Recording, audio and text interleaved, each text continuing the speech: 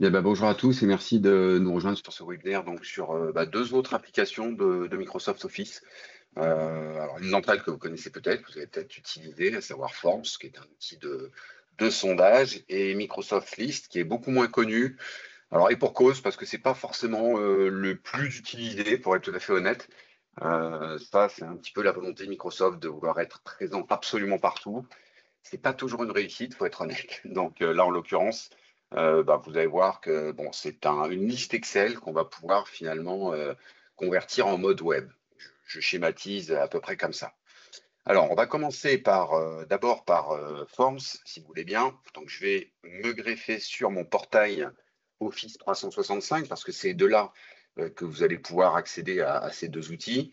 Alors, bien entendu, comme d'habitude, dans l'ensemble des applications Microsoft, vous avez des liens entre Teams et notamment le portail, hein, c'est-à-dire qu'on va pouvoir récupérer les listes et les sondages qu'on a créés au sein de l'application et les partager alors dans une équipe Teams pour récupérer, par exemple, dans Forms, un questionnaire qu'on va diffuser par mail, etc. Donc, je ne reviens pas là-dessus, mais on va reparler quand même un tout petit peu du partage et de la récupération des liens, notamment pour les sondages.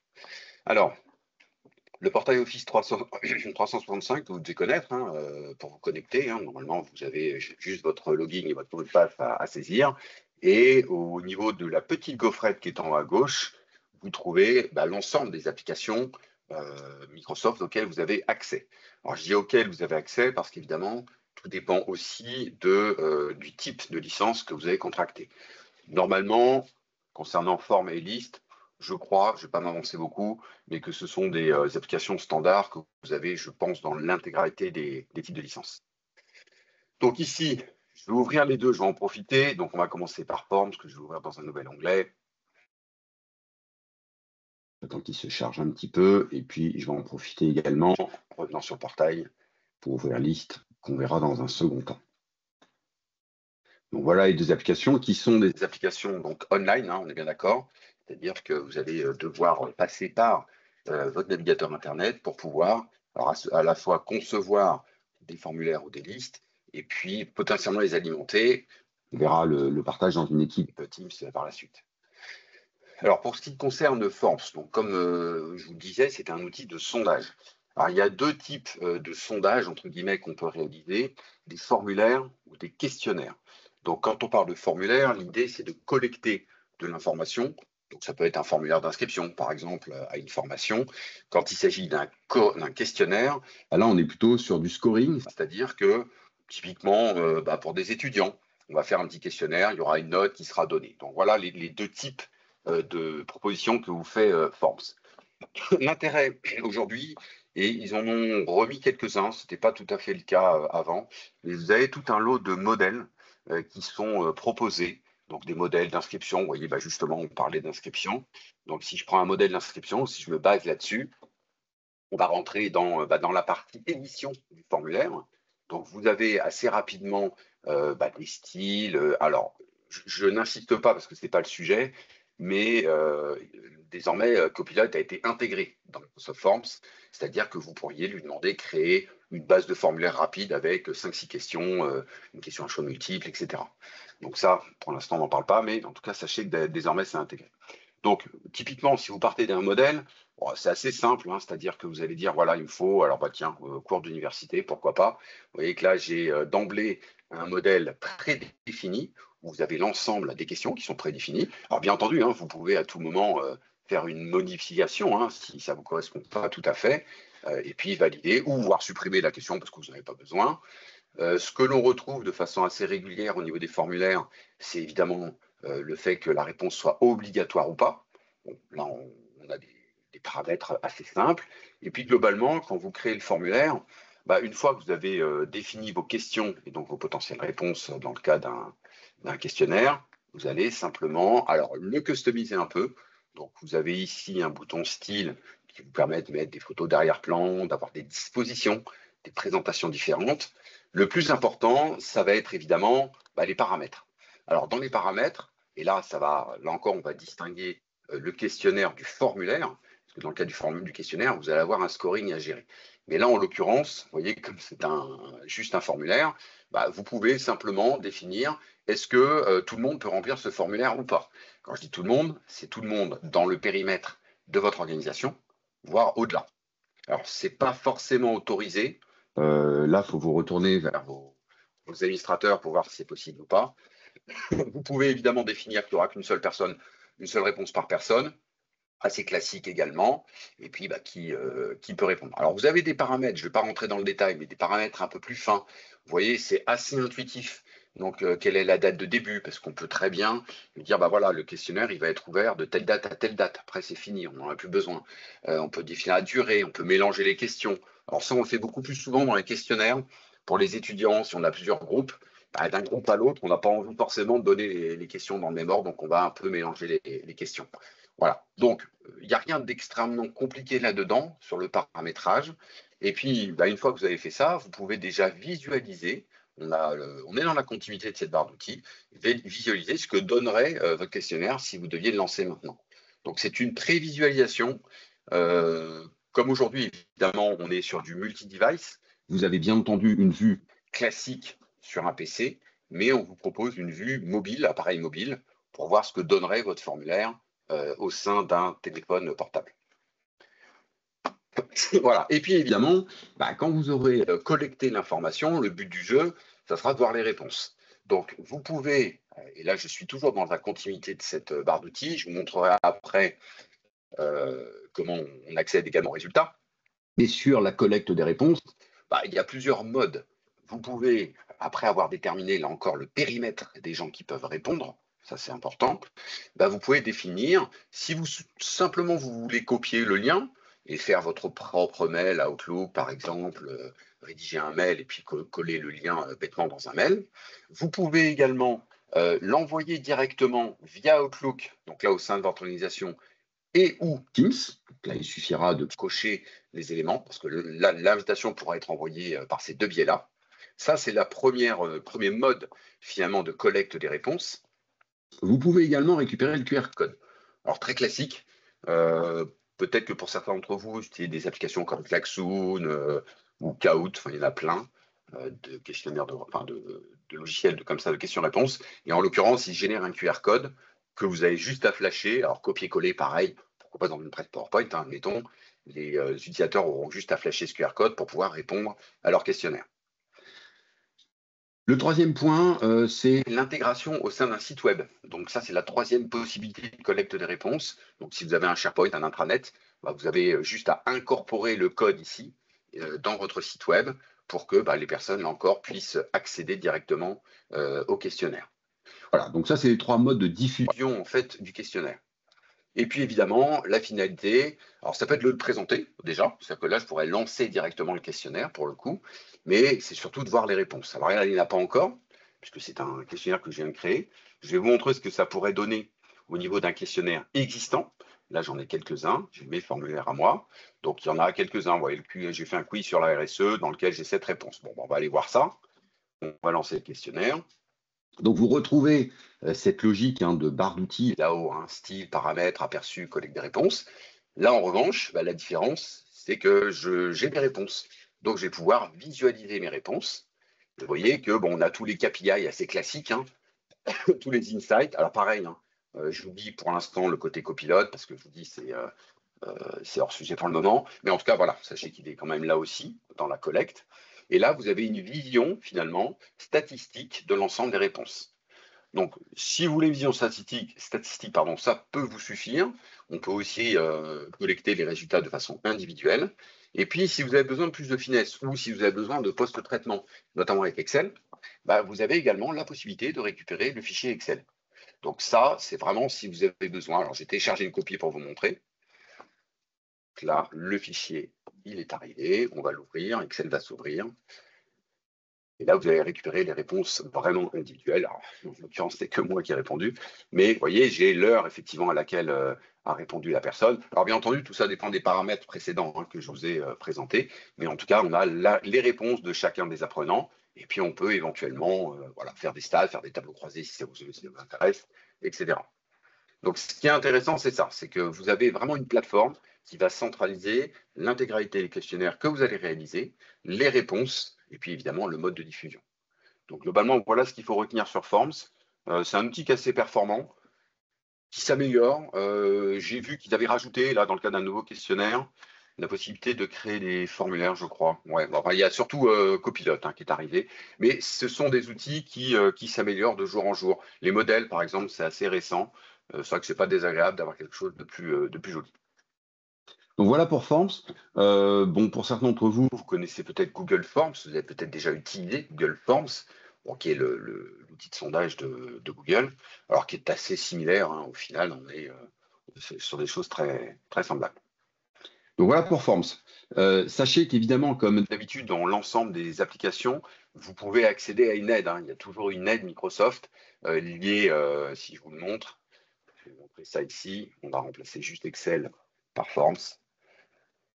Voilà, et là, vous avez l'intégralité de l'aide Microsoft, qui, pour les anciens, étaient des gros pavés là, de 800 pages. Là, vous avez tout avec parfois des petites vidéos explicatives. Alors, très souvent, c'est en anglais encore aujourd'hui, mais voilà, sachez que vous avez aussi une aide si vous voulez aller un petit peu plus loin dans la gestion de vos formulaires. Voilà pour Forms. Alors, je ne sais pas s'il y a des questions, je regarde un petit peu vite fait. Alors pour l'instant, c'est pas du tout sur Forms. Je vois ça. On va partir sur liste. Je regarde les QR parce que je vois qu'il y a des gens qui vont. Oui, il y a une question sur l'automatisation de l'envoi d'un Forms à une liste de personnes. Alors l'automatisation, si on parle d'automatisation, on va pas parler du tout de Forms. C'est-à-dire que là, je pense qu'il faut aller sur des Power Automate, des choses comme ça. Ok. Alors sachez qu'il y Alors, a, pour la question, la personne qui a posé la question, oui, il y a une formation Power Automate demain, je crois, hein. Oui, c'est demain à 11h. Ah non, c'est Power Apps. Mais on parlera de Power Automate. ouais, parce que Power Automate, c'est vraiment des scripts d'automatisation dans l'écosystème 365. C'est ça qui permet de déclencher des choses. Alors là, je voyais aussi la question de l'anonymisation de l'envoi du questionnaire. Je crois que c'était ça. J'ai cru voir un truc comme ça. Toc toc, je sais pas si c'est dans les Q&A que j'ai vu ça. Ah oui, comment paramétrer le côté anonyme ou non des questionnaires. Alors, au sein d'une organisation, je ne suis pas convaincu que vous puissiez. Ah oui, non. Alors, je ne sais pas si la question, c'est est-ce qu'on peut envoyer un questionnaire sans donner son nom, quoi, en gros, j'imagine. C'est Thierry qui pose la question. Je ne sais pas si c'est ça qu'il lui demande. Mais normalement, oui, je crois que dans les paramétrages, on peut faire en sorte, dans la masse des paramétrages que vous avez, on doit pouvoir faire en sorte que les personnes qui répondent au questionnaire répondent de façon anonyme. Mais en revanche, c'est l'organisateur du questionnaire qui le fait, ça. C'est pas un choix qui est donné aux répondants. Enfin, si, en tout cas, la question correspond à ça. Alors voilà, alors évidemment, après, au niveau de Forms, vous avez aussi un autre intérêt potentiellement, c'est que vous pouvez intégrer, si j'ouvre, je vais ouvrir un nouveau formulaire, enfin une nouvelle présentation PowerPoint, ça a été inséré depuis quelques versions, vous pouvez insérer un des formulaires. Alors, je vais me mettre sur la bonne version pour vous montrer ça. Toc, on va se mettre ici. Voilà. Et donc, vous voyez, on a dans l'insertion Forms. Donc, tous les outils, enfin tous les formulaires ou questionnaires que vous auriez pu intégrer au sein de votre application Forms vont être récupérables dans une presse PowerPoint directement. Donc là, en l'occurrence, vous voyez, j'ai mon quiz RSE que je viens d'évoquer, que je vais insérer dans une slide. Voilà, et on vous dit, voilà, est-ce que c'est pour le présenter ou est-ce que c'est pour collecter la réponse hors connexion? Donc ça, c'est relativement récent, mais ça peut être aussi intéressant dans le cadre d'une presse PowerPoint. Lorsque vous avez diffusé, j'aurais pu vous le faire, j'aurais pu l'insérer. Et là, en live, avec le QR code qui s'afficherait, vous auriez pu voir, effectivement, faire avec celui-ci. Donc pour les réunions interactives, temps de chargement, bien sûr, toujours incompressible. Et vous voyez, on retrouve finalement ce fameux QR code à flasher pour les utilisateurs qui vont renseigner les questionnaires. Et puis surtout, je vais avoir en live, c'est tout l'intérêt, les réponses, les taux de réponse en tout cas qui vont apparaître, question par question. Donc là, c'est totalement anonymisé. Là, il y a déjà quelques réponses. Donc on voit effectivement les mots-clés. Là, c'est un nuage de mots, en l'occurrence, parce que c'est une réponse libre. Et puis là, vous avez le pourcentage de gens qui ont répondu de temps en temps. Donc ça aussi, c'est pas mal, cette intégration de Forms directement dans PowerPoint, que vous devriez avoir à peu près tous, je pense, si vous avez une licence Office 365 Premium. Il y a le lien également. Voilà pour la petite parenthèse. Voilà pour Forms. je vais passer à liste du coup. Là, c'est un peu plus compliqué, je dois vous dire, parce qu'il y a quand même des bugs, hein, faut être honnête, hein, parfois. Donc, vous le retrouvez au même niveau hein, que Forms, dans la petite gaufrette, donc Microsoft List au pluriel.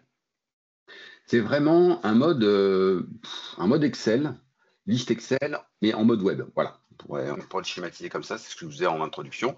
Donc voilà à quoi ça sert une liste. On va publier une liste qui va être alimenté par des utilisateurs, par vous-même déjà, mais potentiellement par des utilisateurs, à travers notamment un formulaire. Alors là, il y a plusieurs possibilités quand vous créez une nouvelle liste. Vous pouvez évidemment créer une nouvelle liste, et c'est l'essentiel à partir d'Excel. On a souvent une liste existante, mais vous pouvez aussi vous baser sur des modèles prédéfinis. En général, pour découvrir une liste, il est préconisé de passer par des modèles prédéfinis. Donc là, il y a, je sais pas, gestionnaire de biens, suivi de recrutement, enfin peu importe, il y a pas mal de choses qui sont dans la vie perso ou dans la vie pro. Si je devais prendre, par exemple, le gestionnaire de biens, voilà une représentation de ce que va devenir la liste. Donc vous voyez, c'est un peu plus customisé que ne pourrait l'être une liste Excel classique. Donc là, on va rester sur ces colonnes qui sont proposées. Je vais utiliser ce modèle-là. On va définir simplement, alors je vais mettre 2 parce que j'ai déjà créé une liste existante. On va mettre une petite couleur, on va mettre un petit avion. Je l'enregistre dans mes listes. Alors là, ça commence à devenir intéressant parce que je vous parlais de cette interaction entre Teams notamment et puis l'ensemble des applications d'Office. L'interaction, on la voit immédiatement ici. C'est-à-dire que vous pouvez publier cette liste au sein d'une équipe Teams. L'intérêt étant que du coup, tout le monde va avoir accès à ce fichier, on va l'appeler comme ça, à travers son équipe. Donc l'ensemble des membres, ça définit les droits de fait, puisque uniquement les membres de l'équipe pourront accéder à cette liste. Donc là, vous avez la liste finalement de toutes mes équipes, équipes Teams. Alors pour l'instant, je vais le faire dans mes listes, hein, on va rester là-dessus, je vais la créer. Encore, il y a un petit temps de latence, le temps qui génère cette base de données, parce que là, on va être vraiment dans une logique de base de données. Alors, sans rentrer trop, là encore, dans le détail, mais vous voyez, là, vous avez récupéré évidemment une liste vide. Quand on parle de modèle de liste, c'est évidemment vide. Donc, il va falloir l'alimenter. Alors, là encore, là-haut, vous avez plusieurs possibilités pour l'alimenter. Vous pouvez redéfinir potentiellement également un certain nombre de paramètres hein, de chacune des listes, des colonnes, pardon. Vous pouvez ajouter un nouvel élément à travers un formulaire. Voilà, c'est ça qui peut être un peu plus agréable par rapport à un Excel, où on sera plutôt en mode grille. Donc ça, c'est la deuxième possibilité pour alimenter une base de données. Hein, cette base de données, c'est de passer en mode grille. Et là, typiquement, on est vraiment sur du Excel. Sans entrer dans le détail, quand vous créez des colonnes, vous allez évidemment pouvoir définir des natures de champs. C'est le principe même d'une base de données. C'est la première chose qu'on doit faire, c'est attribuer un type de données. Alors, il peut y avoir du case à cocher, il peut y avoir du oui-non. C'est en cela que ça va un petit peu plus loin qu'Excel. Bien que on peut maintenant faire des cases à cocher dans Excel. Mais voilà, donc vous avez des petites dates. Alors évidemment, quand vous allez avoir une date, voilà, ici, tac, vous allez taper un format date, mais vous aurez le petit calendrier pour vous aider. Donc c'est plus orienté web, justement, hein, c'est toutes les possibilités offertes par le web. Vous pouvez évidemment partager, et c'est tout l'intérêt, si vous ne l'avez pas publié cette liste au sein d'une équipe Teams initialement, comme on l'a vu, vous pouvez toujours envoyer en délimitant évidemment le périmètre d'utilisation de cette liste. Donc, est-ce que ce lien que je vais envoyer, on va pouvoir l'envoyer à des gens qui vont pouvoir la modifier des éléments, modifier la liste, ça veut dire vraiment gérer l'administration de la liste, ou simplement modifier les éléments, c'est-à-dire que là, on est plutôt contributeur en termes de données, ou simplement une consultation. Donc ça, c'est vraiment quelque chose qui est commun à toutes les applications d'Office 365. Quand on crée un élément de cette application, il y a toujours cette possibilité de partage en définissant notamment les accès, la gestion des accès.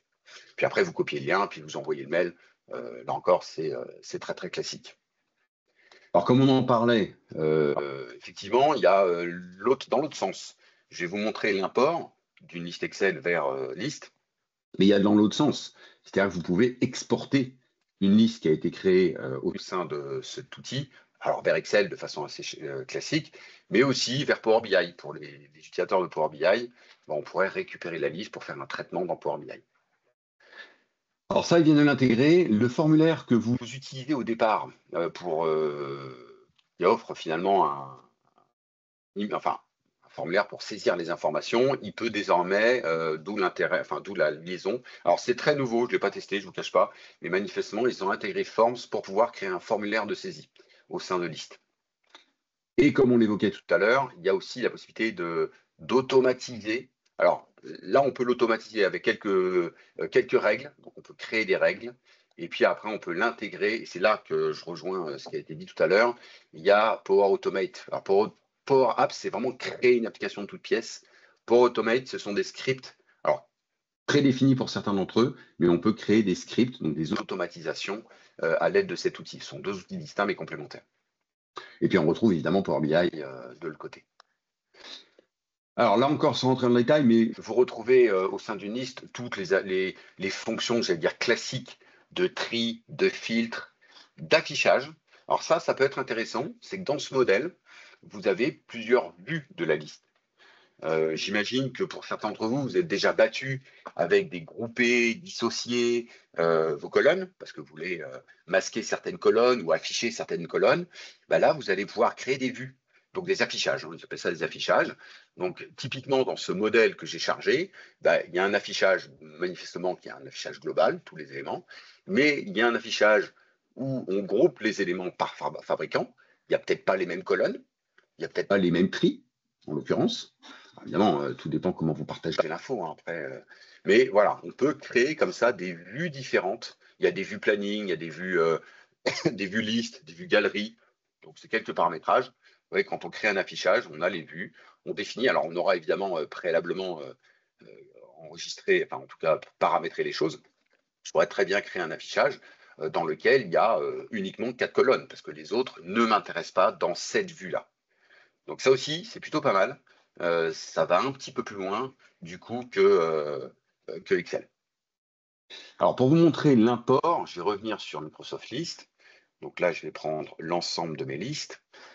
Il n'y en a pas beaucoup, enfin, je retrouve le fameux gestionnaire de biens. Et je vais en créer une nouvelle, de nouveau, mais cette fois à partir d'un fichier Excel. Alors, je vous montre, avant de faire l'import, le fichier Excel correspondant. Tac, on va faire celui-là. Donc, c'est un tableau, ça c'est une obligation. Je ne vais pas faire du Excel, mais il faut qu'il soit mis sous forme de tableau pour qu'il soit importable, entre guillemets. Et moi, honnêtement, j'ai eu quelques soucis d'import avec les fichiers Excel. J'ai eu un bug, et même en faisant les recherches sur le site de Microsoft, manifestement, il y a des bugs assez fréquents dans les imports de listes Excel. D'autant plus que, de mémoire, je crois que la limite d'import est à 20 000 lignes. Donc pour ceux qui ont des grosses extractions, des grosses bases de données, vous ne pouvez pas importer des fichiers Excel de plus de 20 000 lignes, 20 000 enregistrés. Donc voilà, bon, ça c'est pour vous présenter le fichier Excel correspondant. Donc vous avez un listing qui est assez classique, mais j'insiste, sous forme de tableau, sinon vous ne pourrez pas faire l'import. Bah, ce fichier-là qui est stocké sur mon bureau, on va tenter de l'importer à partir d'Excel. Je vais charger le fichier donc, sur mon bureau qui s'appelle import list. Donc il va charger évidemment la liste, bon, elle n'est pas énorme, hein, évidemment. Et là, vous rentrez, on pourrait dire que c'est un peu un Access. Voilà, pour ceux qui ont connu Access, c'est l'évolution d'Access. On peut le dire aussi comme ça. Donc vous pouvez définir la nature de chaque champ qui a été importé, donc on peut le redéfinir. Là, typiquement, vous voyez, il y a eu un petit problème au niveau des dates, qui sont considérées comme des nombres par défaut dans l'import, ben, c'est pas grave, on va redéfinir que c'est une date et une heure. Et là, vous retrouvez effectivement le format traditionnel, j'avais aussi des dates d'embauche, que je vais également reformater en date et heure. Voilà, bon, je fais un formatage rapide, donc je vais l'appeler, je garde l'import liste, peu importe. Alors, on est d'accord que c'est un import, hein, de la même manière que c'est un export, c'est-à-dire qu'on est sur du copier-coller. Ça ne va pas être synchronisé avec la liste source, hein.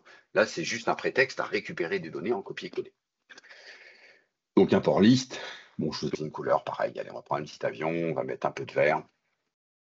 Créer, donc là encore, même chose, hein, vous définissez si vous enregistrez cette liste au sein de vos listes à vous, pour un partage futur via les fameux liens notamment, ou si vous enregistrez cette liste au sein d'une équipe Teams. Là encore, je vais choisir plutôt liste et je vais créer. Bon, en fonction du volume de données, ça peut prendre un petit peu de temps, évidemment. Là, il y a 60 lignes, ce qui n'est pas excessif. Voilà, donc on retrouve notre liste. Donc, la différence avec la précédente, c'est qu'au moins elle est un petit peu remplie. Et vous pouvez, de la même manière, là on peut refaire quelques petits groupements, par exemple des filtres. Alors, les filtres traditionnels, hein, bien sûr, que vous connaissez, c'est-à-dire que là je pourrais filtrer, je ne sais pas moi, sur les messieurs, tac, hop, je vais récupérer tous les messieurs. Donc c'est assez intuitif, hein, ça, il n'y a rien d'extra là-dessus. Les dates de naissance, vous avez, vous voyez un petit curseur là pour définir les dates. Et puis, vous pouvez également grouper les données. Ça peut être aussi intéressant. Je vais grouper les données, bon, par exemple par entité ou par service. On pourrait imaginer ça. Ok, on va grouper par entité. Voilà, donc vous voyez, il génère des groupes. Typiquement, ce sont les sous-totaux que vous connaissez peut-être dans Excel, alors qui ne sont pas forcément très utilisés maintenant, compte tenu du tableau. Bon, ça peut être intéressant de l'afficher. Donc voilà, vous pouvez bien entendu trier, hein. Et puis, petite fonction qui est liée un peu à ce qu'on a dans Excel, on peut faire des totaux. Alors, je n'ai pas forcément beaucoup de données numériques, je crois, dans celle-là. Ouais, ça va être juste un nombre d'eux. Mais admettons, si je veux un nombre de personnes avec les sous-totaux, dans les menus déroulants correspondants, on vous propose, au-delà des tris, des filtres, totaux. Alors là, évidemment, il s'adapte à la nature du champ. Puisqu'on est sur un champ de type texte, il n'y a pas grand-chose d'autre à faire que compter. Si on avait été dans une donnée numérique, il m'aurait proposé évidemment les sommes, les moyennes, les mines, les max, comme il le fait dans la ligne totale d'Excel. Alors je vais prendre nombre, voilà, tac, et vous voyez, j'ai les sous-totaux qui apparaissent et le total général tout en bas. Voilà. Donc, on est sur un Excel un peu plus développé, un peu plus orienté web, un peu plus proche potentiellement de Access. On n'est pas non plus dans des modèles relationnels où vous auriez plusieurs tables à relier, hein. C'est pas du tout ça non plus. En cela, Access est un peu différent. Mais ça permet de publier finalement des listes peut-être plus agréables à consulter, plus agréables à alimenter, avec potentiellement même un petit peu plus d'outils. Donc voilà pour liste. Alors évidemment, il s'agit d'une introduction. Là encore, hein, vous pouvez aller plus loin dans l'aide pour voir si pour ceux qui l'utilisent déjà, si vous voulez aller plus loin. La plupart du temps, c'est vrai qu'on retrouve plutôt des listes Excel qui sont partagées au sein d'équipes Teams. C'est classique. Vous avez cet outil en plus. Mais moi, j'ai du mal à évaluer le graphe de Microsoft parce que il y en a partout et voilà, j'ai du mal à définir la place de liste dans tout cet écosystème. Toc, je vais regarder s'il y a des questions. Oui, on a quelques questions. Concernant liste, si l'on sert d'un outil liste pour gérer des listes de personnes, quid des données personnelles de la RGPD? Toc. Redis-moi ça, c'est où? Si on sert d'un Alors, outil c'est pour gérer des dans besoins, quid des données dans personnelles? conversation. C'est la question de Clara. Alors, ça dépend comment on la partage en fait cette liste, parce que quand on la partage, c'est pour la faire alimenter par d'autres personnes en général. Donc, en termes de RGPD, si on est au sein de l'organisation, je pense pas que ça pose de problème. C'est fait pour ça. Si vous êtes en RH, c'est votre job, par exemple. Donc, vous pouvez, j'imagine. Mais si, oui, alors je comprends peut-être la question. C'est-à-dire qu'il ne faut pas que les autres personnes aient accès éventuellement aux informations des autres. C'est peut-être dans cette idée-là. Je regarde, je m'explique si le compte de ce créateur est supprimé, la liste est supprimée. Si la liste est supprimée, en fait, tous les outils de Microsoft s'appuient sur un SharePoint. Donc, les listes sont stockées sur un SharePoint. À partir du moment où vous supprimez, vous, en tant que créateur, la liste de SharePoint, plus personne n'y a accès, hein.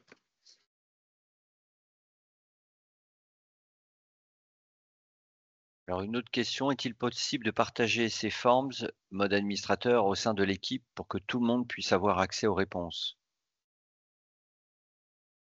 Où est-ce que c'est ça? C'est une question de Mathilde, c'est dans les questions-réponses, hein. Ah, c'est dans les QR, ok. Ouais. Ah.